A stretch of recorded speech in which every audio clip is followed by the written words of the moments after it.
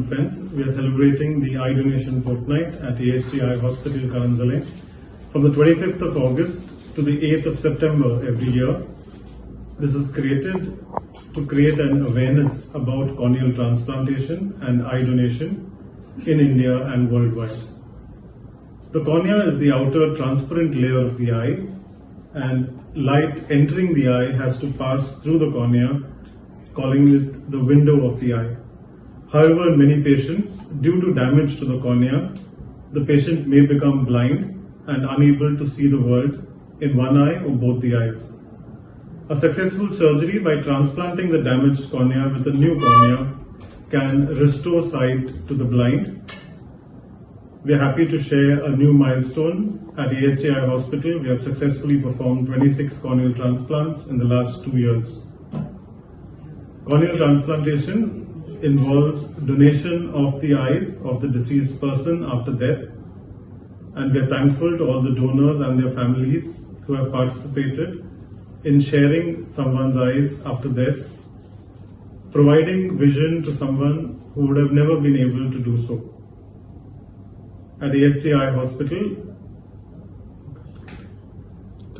continue. The most common causes of corneal blindness in Goa could be at different age groups. In children, due to injuries to the eye; in adults, due to eye infections; and in elderly people, due to various endothelial corneal disorders. Corneal transplantation at today can vary from a complete transplant to a partial lamellar corneal transplant. One cornea can be giving sight to 2 or 3 people depending on the area of tissue damage.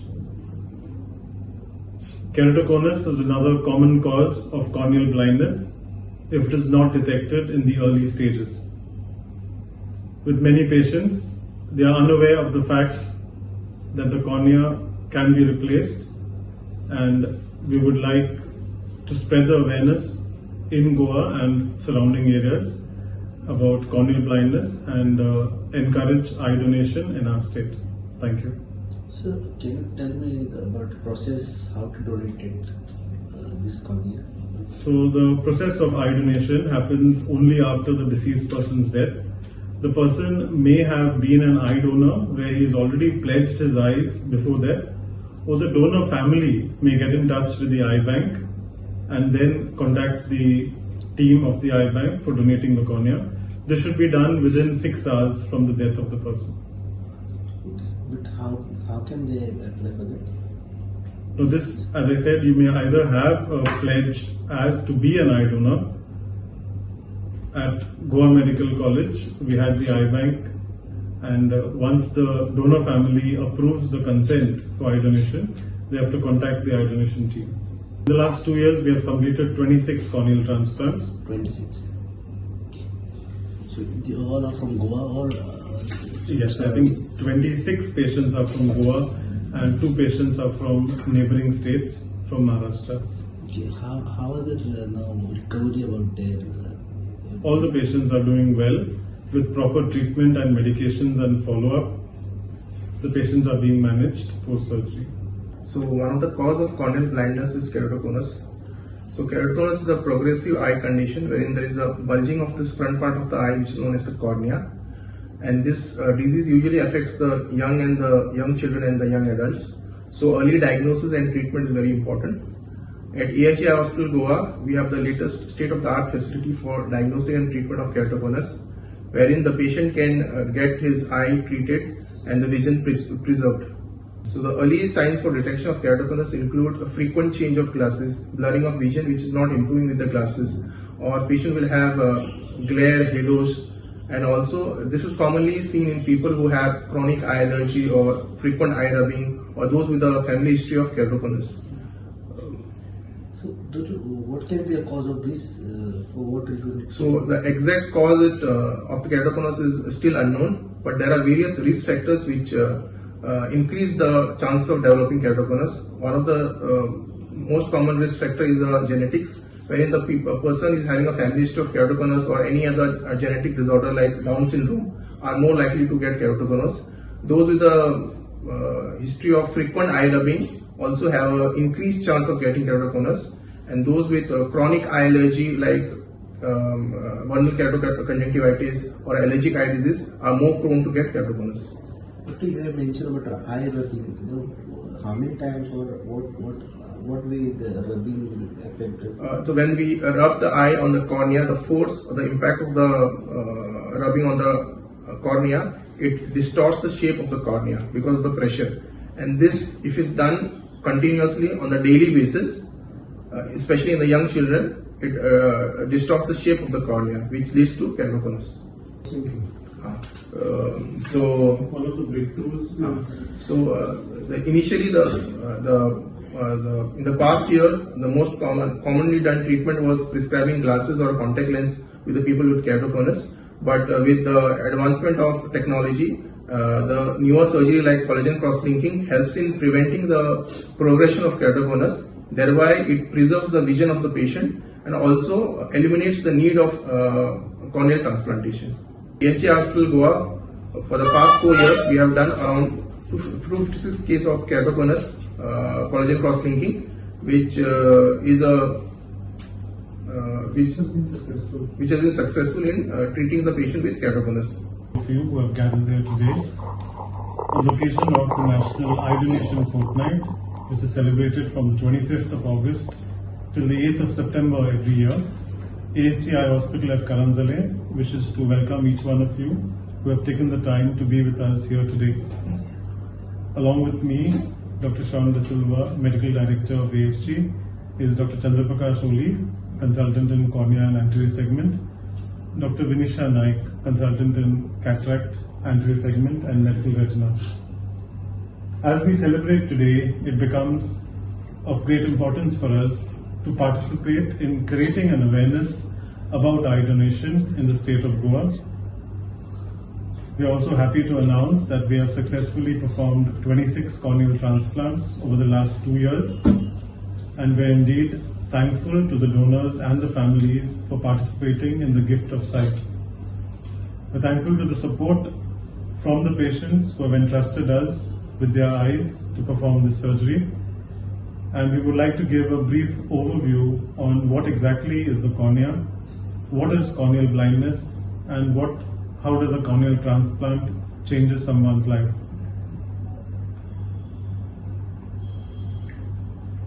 So the cornea is the outer transparent layer of the eye, also called as the window of the eye. Light entering the eye has to first pass through the cornea and then through the lens to focus on the retina. So in that way, the cornea becomes the first camera of the eye, focusing the light into the retina.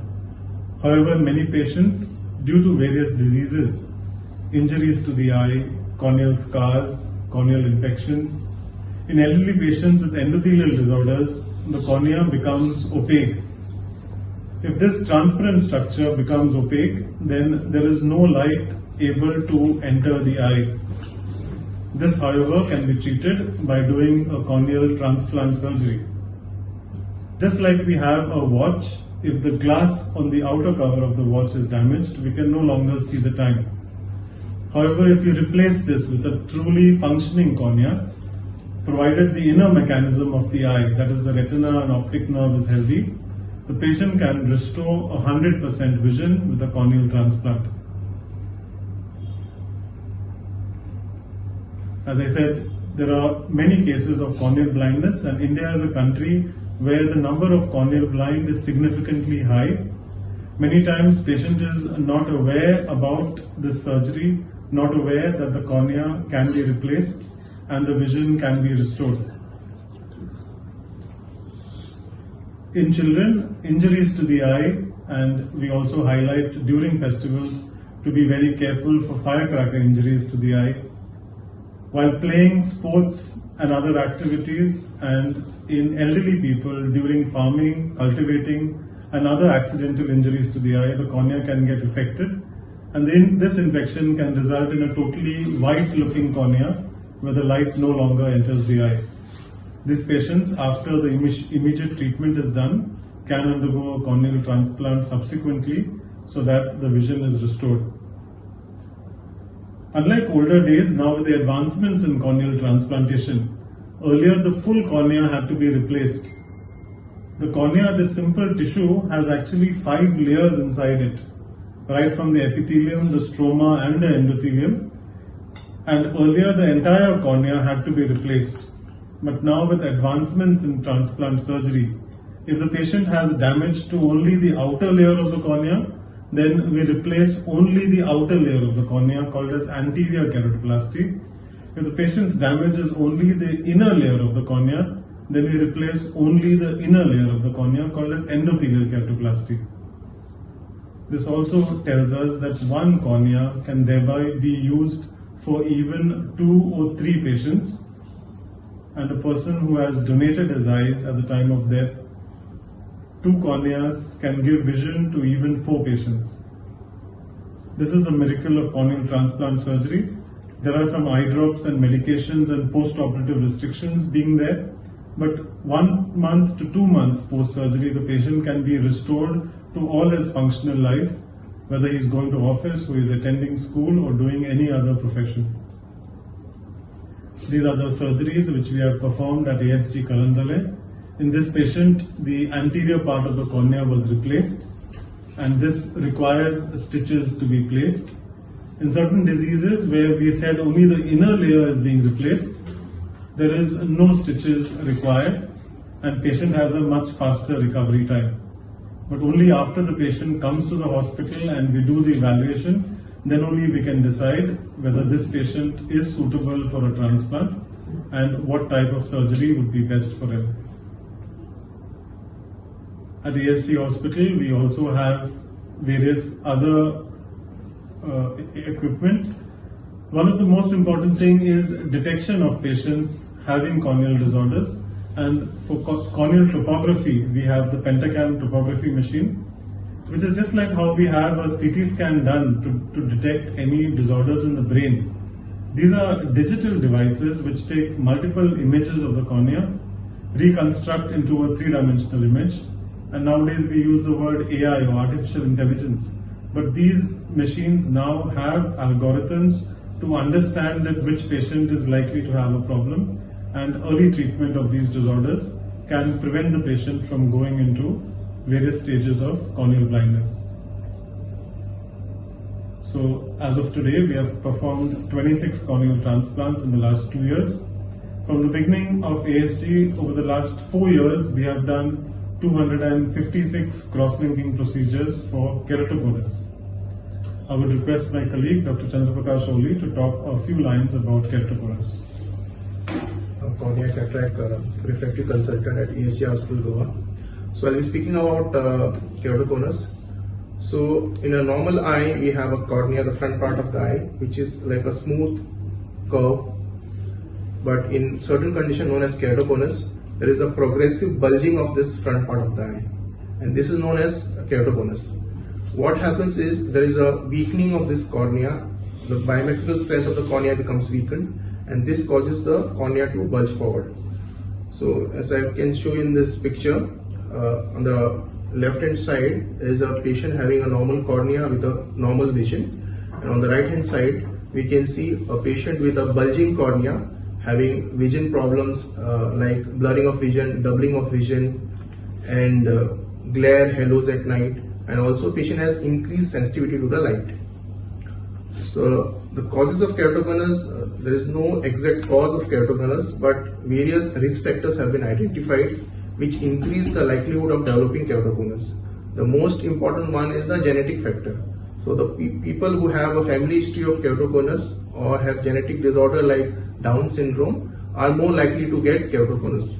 Also, the history of eye allergy and frequent eye rubbing increases the chance of developing keratoconus. Also, hormonal factors have been suggested, as the disease is usually seen in the pubertal age group.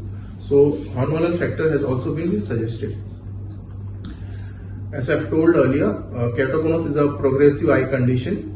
Normally, it starts at the adolescence or early adulthood, and it slowly progresses till mid-30s. That's why early diagnosis is very crucial for halting the disease progression and also to maintain the good vision. If this disease goes undetected or untreated, it can lead to severe visual impairment. In the past, the treatment of keratoconus involved prescribing corrective glasses and rigid contact lens to improve the vision. And in severe cases where the cornea is distorted, we used to do corneal transplant. But with the surgery like collagen cross-linking, this is a game changer in the management of keratoconus. It involves early intervention in the disease so that the progression of the disease is stopped. So what actually happens in collagen cross-linking is we increase the strength of the cornea by creating artificial bonds between the collagen fibers, and this increases the rigidity of the cornea, which thereby prevents the further progression of the disease. It preserves the vision of the patient and also eliminates the need of keratoconus, corneal transplant. So that is possible by screening for keratoconus. There are certain red flags of keratoconus. Like if these red flags are there in a patient, they are more likely to develop keratoconus.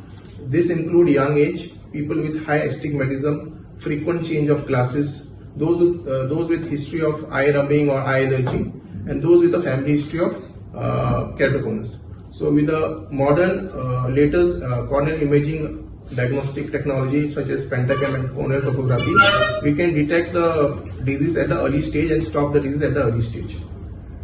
So finally, I would like to conclude by saying early diagnosis and timely intervention is a key in the management of keratoconus.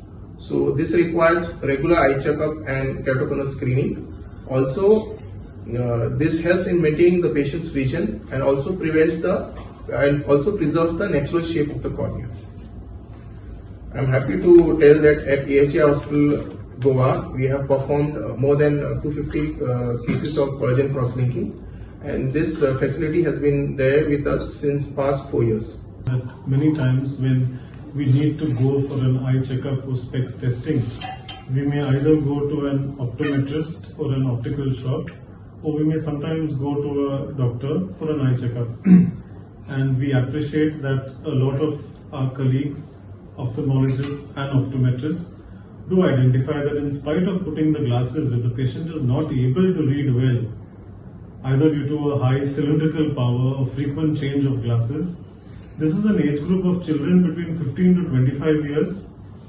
This is the most productive period of life. Either you're in the 10th standard or 12th standard or you're about to start a new job. But these are the cases which early detection of keratoconus plays an important role. And also we would like to pass a message that many patients with eye allergy is very common. Sometimes the allergy is restricted only to the eye. Sometimes it is a whole body allergy. Patient will get frequent sneezing, hay fever, allergy to dust. And with the eye allergy, there is a spontaneous reaction to rub the eye, which neither me nor you can control that reaction. But by putting medications to halt the eye rubbing is a very crucial step, because here eye rubbing plays a very important role in keratoconus and progression of keratoconus. For a normal person, nothing may happen to you even if you rub your eyes. But this small percentage of patients where eye rubbing and other multifactorial causes weakening of the cornea due to interleukins, and this causes keratoconus, which will then progress further. If not detected in time and cross-linking is not done in time, this can result in further damage to the cornea and eventually requiring a corneal transplant. So yes, compared to 10 years ago, now we see a lot of patients who are coming early, getting the cross-linking procedure done, and with this we are able to arrest the progression of the disease. Thank you very much. The usage of mobile can cause this. Usage of mobile cannot be the only risk factor, but usage of mobile is more commonly causing eye strain issues and dry eye symptoms. Because you're not blinking frequently and you're constantly focused at one object at a short distance, that can lead to various other problems in the eye. So healthy usage of mobile phones, tablets and other devices is also a message that goes out to all children and students and even adults sometimes.